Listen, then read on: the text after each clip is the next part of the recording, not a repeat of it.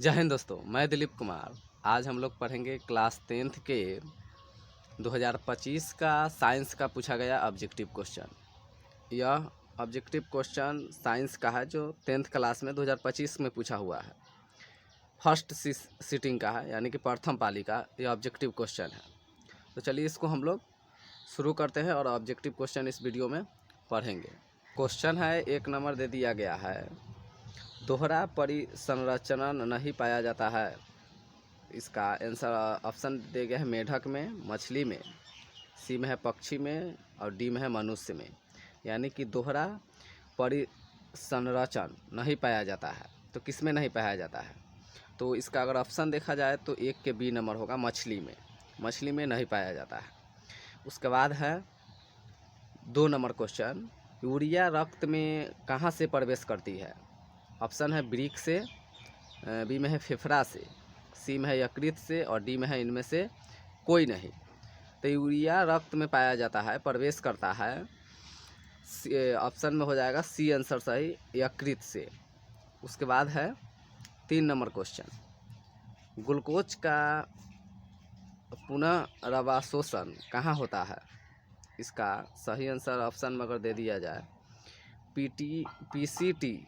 PCT में, उसके बाद है बी नंबर डीसीटी में, सी है हेनले लूप में और डी है इनमें से सभी। इस चारों ऑप्शन का सही आंसर है 3 नंबर क्वेश्चन का ए नंबर, पीसीटी में। अब आगे आता है 4 नंबर क्वेश्चन 4 नंबर बोल रहा है, विभिन्न क्रियाओं के फलस्वरूप बने हानिकारक पदार्थों को शरीर से बाहर निकालने के तंत्र को कहते हैं। ऑप्शन में है पाचन तंत्र, बी में है परिसंरचन तंत्र, डी में है उत्सर्जन तंत्र और सी में है उत्सर्जन तंत्र और डी में है तंत्रिका तंत्र।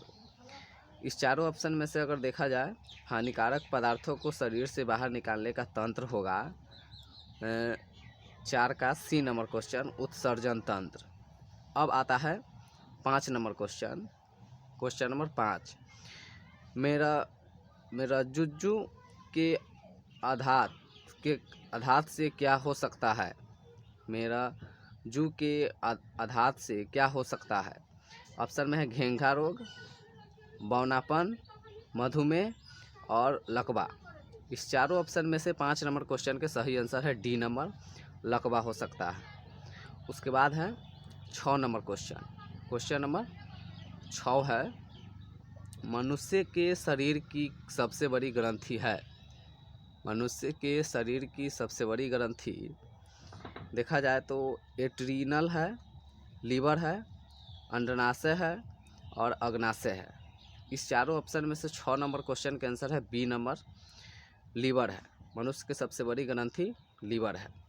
उसके बाद है 7 नंबर क्वेश्चन, पादप हार्मोन कहलाते हैं। ऑप्शन में दे दिया गया है फेरोमोन, बी में है फाइटो हार्मोन और सी में है एंजाइम और डी में है इनमें से कोई नहीं। इस चारों ऑप्शन का सही आंसर है 7 नंबर क्वेश्चन के बी नंबर, फाइटो हार्मोन। अब आता है 8 नंबर क्वेश्चन है, पत्तियों द्वारा कायिक प्रबंधन का उदाहरण है। ऑप्शन में है प्याज, आलू, गुलाब या फाइलम। तो आंसर हो जाएगा 8 नंबर क्वेश्चन के डी नंबर, बायोफाइलम। क्या हो जाएगा? बायोफाइलम। अब आता है 9 नंबर क्वेश्चन का नंबर है 9 नंबर, ब्यूटेन के कितने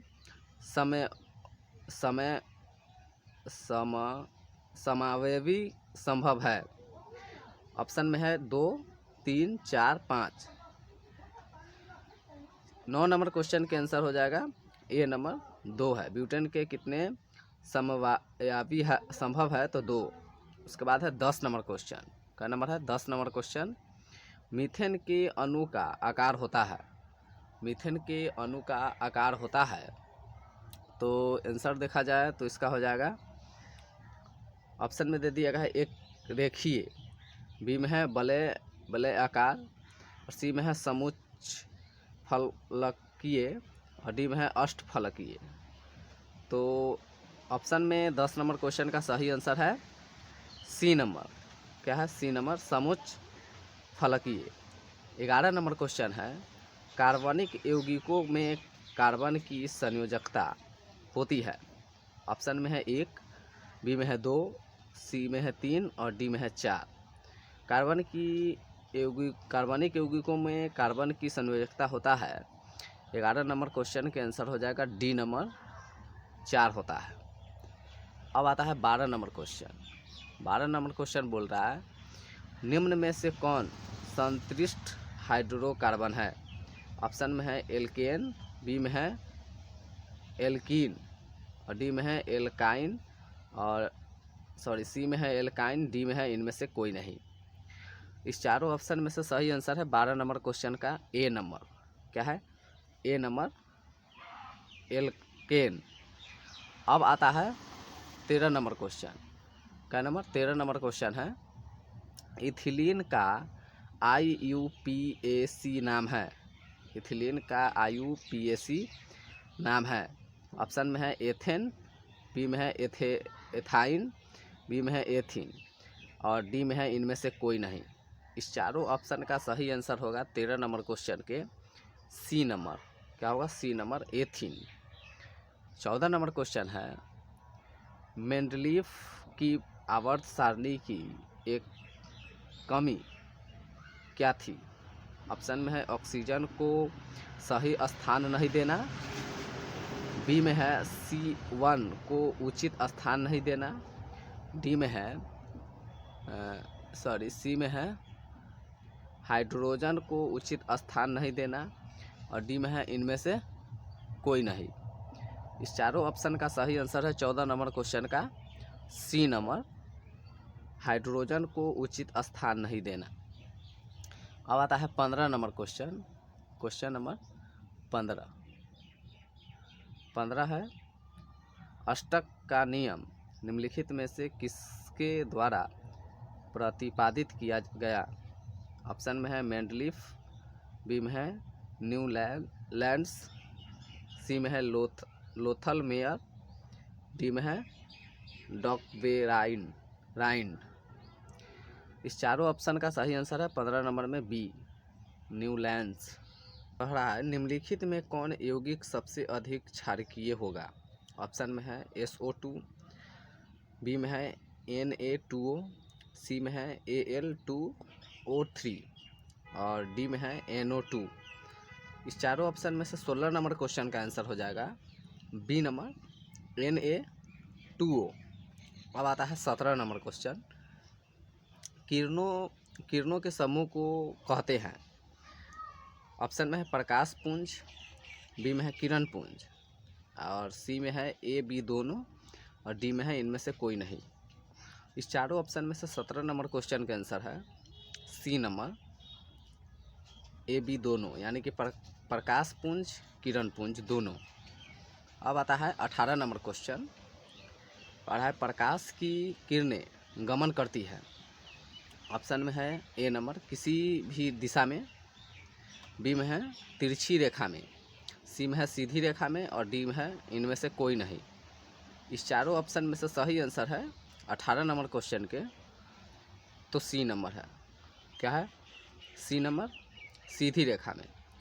उसके बाद है 19 नंबर क्वेश्चन, अवतल दर्पण किस प्रकार का दर्पण है।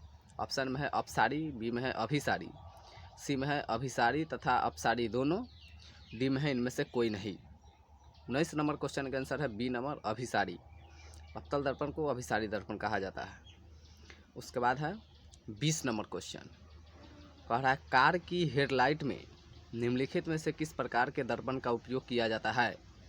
ऑप्शन में है उत्तल दर्पण, बी में है अवतल दर्पण, सी में है समतल दर्पण और डी में है इनमें से कोई नहीं।